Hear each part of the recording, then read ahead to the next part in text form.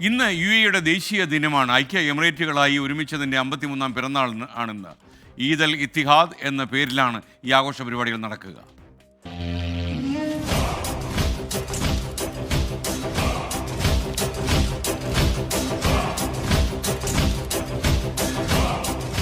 കൃത്യം 53 വർഷങ്ങൾക്ക് മുൻപ് ഇതുപോലൊരു ഡിസംബർ 2-ന് അന്ന് നാട്ടുരാജ്യങ്ങളെ വിഘടിച്ചു കിടന്നിരുന്ന ഈ നാടിന്റെ ഭരണാധികാരികൾ ഒരുമിച്ച് ഒരൊറ്റ മനസ്സോടെ മുന്നോട്ട് നടക്കാൻ തീരുമാനിച്ചു. ബ്രിട്ടന്റെ അധീനതയിലായിരുന്ന ട്രൂഷ്യൽ സ്റ്റേറ്റുകൾ എന്നറിയപ്പെട്ടിരുന്ന ആ പ്രദേശം അന്നു മുതൽ യുണൈറ്റഡ് അറബ് എമിറേറ്റ്സ് എന്ന പേരിൽ അറിയപ്പെടാൻ തുടങ്ങി. അന്നത്തെ അബുദാബി ഭരണാധികാരിയായിരുന്ന Sheikh Zayed bin Sultan al നഹ്യാന്റെ ദീർഘവീക്ഷണവും ദുബായ് ഭരണാധികാരിയായിരുന്ന Sheikh Rashid bin Saeed al മക്തൂബിന്റെ ഇച്ഛാശക്തിയും ഒത്തുചേർന്നപ്പോൾ ആ കൊച്ചു പ്രദേശം ചുരുങ്ങിയ നാൾ കൊണ്ട് കുതിച്ചു കയറിയത് അത്ഭുതങ്ങളിലേക്കായിരുന്നു.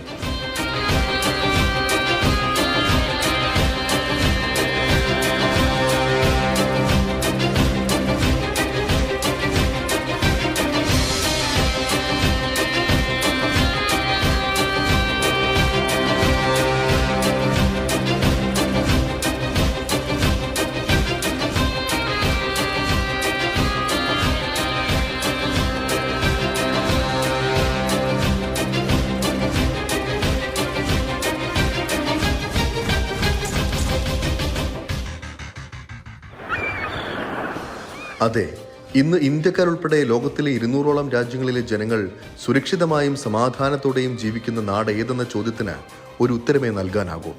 അതാണ് UAE.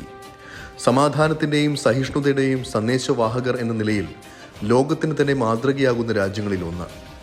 ലോകത്തിലെ ഏറ്റവും ഉയരമുള്ള കെട്ടിടം ഉൾപ്പെടെ നിരവധി വിസ്മയ കാഴ്ചകളുടെ പറുദീസ. അങ്ങനെ വിശേഷണങ്ങൾ ഏറെയാണ് ഈ കൊച്ചു പ്രദേശത്തിന്.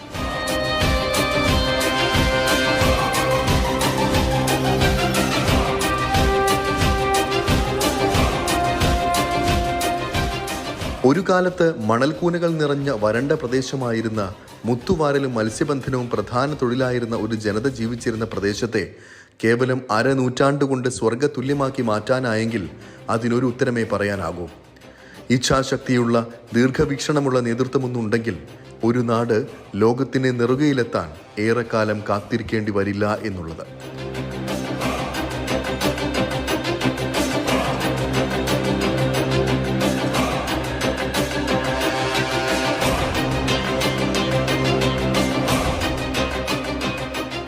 സ്വന്തം പൗരന്മാരെ പോലെ തന്നെ ഈ രാജ്യത്തിന്റെ തണൽ തേടിയെത്തുന്ന വിദേശികളെയും സംരക്ഷിക്കുന്ന മലയാളികൾ ഉൾപ്പെടെയുള്ള ലക്ഷക്കണക്കിന് പ്രവാസികളുടെ പോറ്റമ്മ എന്നറിയപ്പെടുന്ന UAEക്ക് ദേശീയ ദിനാശംസകൾ.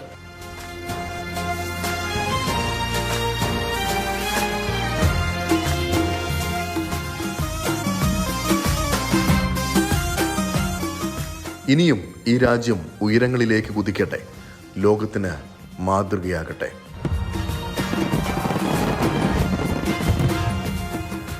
അരുൺ പാറാട്ട്, 24, ദുബായ്.